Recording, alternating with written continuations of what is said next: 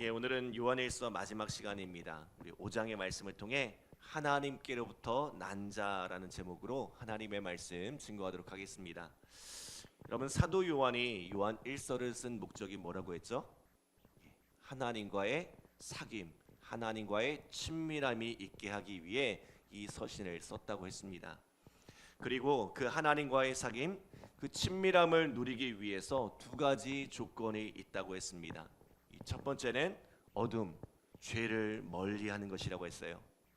하나님은 빛이시고 그에게는 어둠이 조금도 없는 분이시기 때문입니다. 죄는 하나님과 우리 사이를 갈라놓습니다. 그러나 우리가 이미 범죄했을지라도 우리가 우리 죄를 인정하고 자백하면 십자가의 보혈로 우리를 사하시며 우리를 그 모든 죄에서 깨끗하게 하신다는 거예요. 이제 우리는 더 이상 세상, 이 육신의 정욕과 안목의 정욕과 이생의 자랑을 사랑하지 말아야 합니다.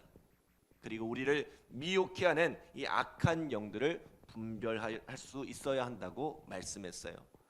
또 두 번째로 하나님의 계명을 지켜야 합니다. 그런데 이 계명이 뭐라고 했죠? 서로 사랑하는 것입니다. 말과 혀로만 사랑하지 말고 행함과 진실함으로 사랑해야 합니다. 왜요? 주님께서 우리를 위하여 목숨을 버리기까지 사랑하셨고 우리는 한량없는 그 사랑으로 인해 하나님의 자녀가 되는 복을 누렸기 때문입니다. 무엇보다 우리가 믿는 하나님이 사랑이시기 때문입니다. 우리가 하나님을 온전히 알면 기노스코, 경험적으로 인격적으로 알게 되면 우리가 하나님께 속하여 그분 안에 거하게 되면 우리도 그 하나님처럼 사랑할 수밖에 없다는 거예요. 우리가 하나님을 안다고 하면서 하나님께 속했다고 하면서 사랑하지 않는 것, 형제를 미워하는 것은 불가능한 것이란 거예요. 사랑은 그리스도인의 정체성이고 그 사랑을 통해 보이지 않는 하나님을 보게 되며 보이지 않는 하나님을 세상에 증거한다고 말씀했습니다. 자, 이것이 요한일서를 이끌어가는 두 가지 뼈대라고 이야기했죠. 자, 오늘 요한일서를 마무리하는 이 5장에서는 이 두 뼈대, 죄에 대한 거룩함을 지키는 것과 서로 사랑하라는 계명들이 어떻게 연결되고 또 어떻게 서로 상호작용하고 있는지에 대해서 말씀하고 있어요. 자, 우리 1절, 2절 말씀 함께 읽겠습니다. 1절, 2절 시작. 예수께서 그리스도이심을 믿는 자마다 하나님께로부터 난 자니 또한 낳으신 이를 사랑하는 자마다 그에게서 난 자를 사랑하느니라. 우리가 하나님을 사랑하고 그의 계명을 지킬 때에 이로써 우리가 하나님의 자녀를 사랑하는 줄을 아느니라. 아멘. 여러분, 신앙은 지극히 개인적인 것입니다. 내 주변에 아무리 훌륭한 믿음의 사람들이 있을지라도 내가 예수를 믿지 않으면 그에게는 구원이 없습니다. 심지어 내 부모가 신실한 믿음을 가졌어도 장로, 권사, 목회자일지라도 내가 예수를 믿지 않으면 그 사람에게는 구원이 없습니다. 또 내가 아무리 훌륭한 교회를 다닐지라도 그 속에 예수를 믿는 믿음이 없으면 구원에 이를 수가 없어요. 구원은 지극히 개인적인 문제이기 때문입니다. 자, 그렇다면 혼자 신앙생활해도 좋은 것일까요? 자, 혼자서 예배하고 혼자서 말씀 보고 혼자서 기도하면서 그렇게 신앙생활해도 되는 거 아닌가요? 오늘날 그런 그리스도인들이 많죠. 예수님을 믿지만 교회는 나가지 않는 그리스도인. 우리는 이러한 성도들을 가나안 성도라고 부르죠. 거꾸로 하면 안 나가 성도. 통계에 의하면 이러한 이들이 무려 200만이나 된다고 이야기합니다. 우리나라에 200만 정도가 가나안 성도래요. 자, 목회자에게 사람들에게 상처를 받아 더 이상 교회에 가고 싶지 않은 사람들의 마음은 충분히 이해가 됩니다. 그런데요, 그들에게 정말 신앙이 있는가는 다시 한번 생각해 보아야 합니다. 왜요? 예수님께서 그리스도이심을 믿는 자는 하나님께로부터 난 자인데 그러한 사람들은 어떻게 한대요? 그에게서 난 자를 사랑한다고 말씀합니다. 하나님을 사랑할 뿐만 아니라 그 하나님의 자녀들도 사랑한다는 거예요. 몇 번 말씀드린 적이 있지만 제가 전도사 시절에 정말 미워하던 사람이 있었습니다. 제 마음을 너무나 힘들게 하던 사람이 있었어요. 아침에 눈을 뜨면 그 순간부터 저녁에 해가 지는 그때까지 제 마음에 떠나지 않는 미움이 있었습니다. 함께 사역하던 부목사님이었는데요. 그런데 어느 날 새벽에 기도하던 중에 하나님께서 미움으로 가득한 저를 깨트리셨어요. 하나님이 이렇게 말씀하시는 거예요. 그도 내가 사랑하는 자라. 그도 내가 사랑하는 자라. 내가 너를 사랑하는 것 같이 그도 내가 사랑하는 자라. 그 말씀에 온전히 무너져 버렸어요. 나는 그를 사랑할 수 없지만, 나는 그를 용서할 수 없지만 하나님은 그를 사랑할 수 있지. 그도 하나님의 자녀지. 이 생각을 하니까 더 이상 미워할 수가 없더라고요. 그때부터 그를 용서하기 시작했고, 그를 미워했던 나 자신에 대한 회개가 시작되었습니다. 그리고 하나님, 그를 사랑하고 품을 수 있는 마음을 달라고 기도하게 되었습니다. 오늘 우리 안에 정말로 예수님을 믿으면, 예수님을 나의 삶의 주인으로 모시게 되면 우리 속에 사랑의 마음이 넘쳐나게 되어 있습니다. 그래서 사랑의 지경이 넓어지게 하시고 사랑할 수 없는 사람들도 사랑하게 하세요. 신앙은 지극히 개인적인 것이지만 믿음이 있는 사람은 절대로 혼자서 신앙생활할 수 없습니다. 왜요? 하나님은 사랑이시고 또 그 하나님의 자녀들을 사랑하게 하시기 때문에, 그래서 신앙은 사랑과 정비례 합니다. 신앙이 깊어지면 더 많이 사랑하게 되어 있어요. 신앙이 깊어지면 나밖에 모르던 사람들이 주변에 있는 사람들을 돌아보게 됩니다. 가족을 사랑하게 되고, 교회 공동체를 사랑하게 되고, 이웃을 사랑하게 됩니다. 더 나아가 나라와 민족을 사랑하게 되고, 세계 열방을 가슴에 품고 생면부지의 사람들을 살리겠다고 선교지로 나아가는 일이 일어나는 거예요. 예수를 믿으면 우리 속에 하나님의 사랑하는 자를 사랑하게 됩니다. 그런데요, 우리가 이렇게 서로 사랑하면 어떻게 됩니까? 우리 3절 4절 말씀 읽어볼까요?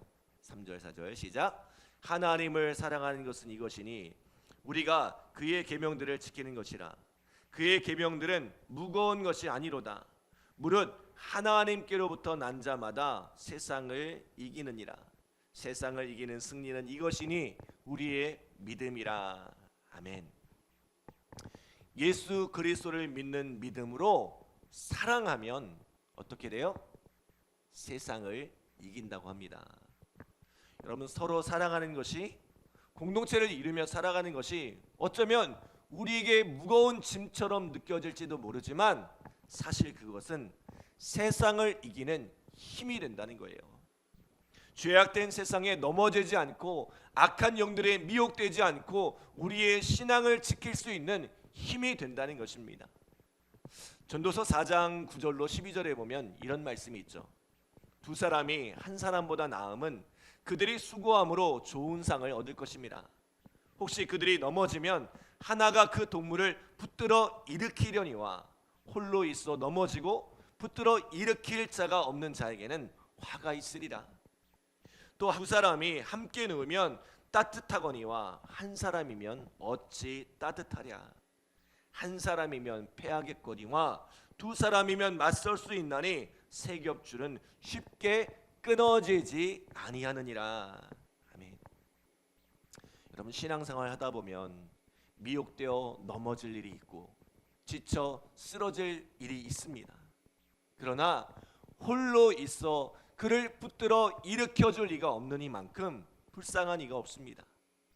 함께 있기에 때로는 상처를 받고 아픔도 있지만 함께 있기에 내가 넘어졌을 때 일으켜주고 내 손을 붙잡아줄 이가 있는 것입니다.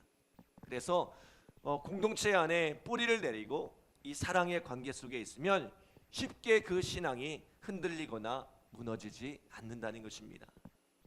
특별히 14절, 15절에 보면 이런 말씀이 있습니다.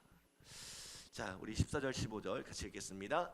그를 향하여 우리의 가진 바 담대함은 이것이니 그의 뜻대로 무엇을 구하면 들으심이라.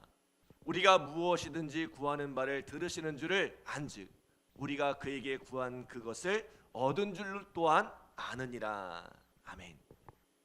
자, 하나님께서 우리에게 기도라는 무기를 주셨대요. 하나님의 자녀인 우리는, 하나님과 친밀한 우리는 언제나 담대함으로 하나님께 나아가 기도할 수 있습니다.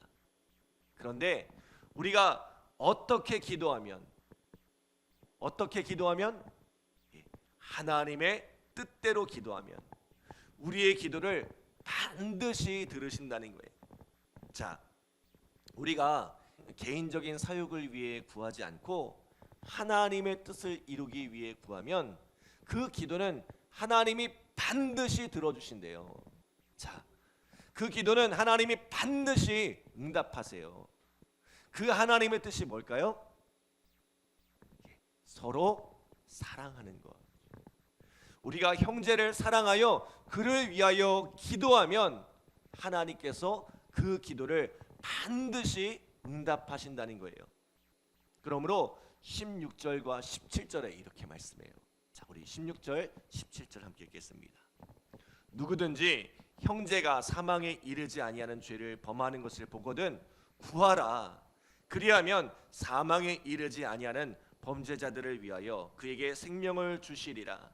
사망에 이르는 죄가 있으니 이에 관하여 나는 구하라 하지 않노라. 모든 불의가 죄로되 사망에 이르지 아니하는 죄도 있도다. 아멘.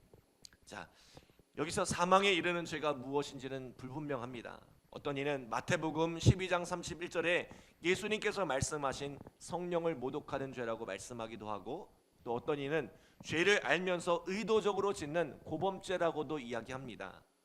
자, 중요한 것은 형제가 죄에 빠졌을 때에 공동체가 그를 위해 함께 기도하면 하나님께서 그의 죄를 용서하시고 그를 죄 가운데서 건져 주신다는 거예요. 이것이 신앙 공동체의 유익입니다.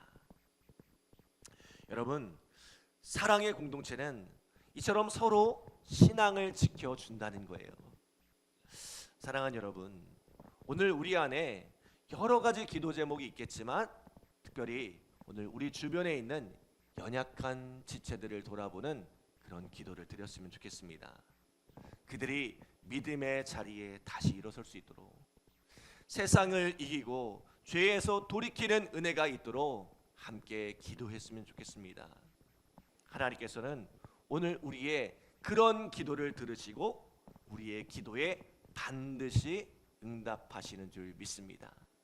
사랑하는 여러분, 오늘 우리 안에 이 하나님과의 친밀한 사귐을 통해 우리 공동체를 회복하고 또 우리 공동체를 일으켜가며 또 나의 신앙을 건강히 지켜가는 우리 믿음의 성도들 되시기를 간절히 기도합니다.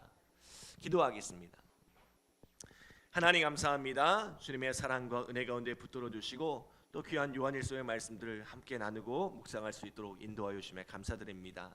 하나님, 오늘 우리의 마음속에 하나님과의 친밀한 사귐을 누릴 수 있도록 주님 축복하여 주시고, 특별히 우리의 삶 가운데 그 사귐을 누리기 위해서 우리의 삶 가운데 죄를 돌이키고 또 하나님 앞에서 거룩한 삶을 살아가며 무엇보다 우리 마음속에 형제를 사랑하고 이웃을 사랑하는 그 따뜻한 마음을 허락하여 주시옵소서.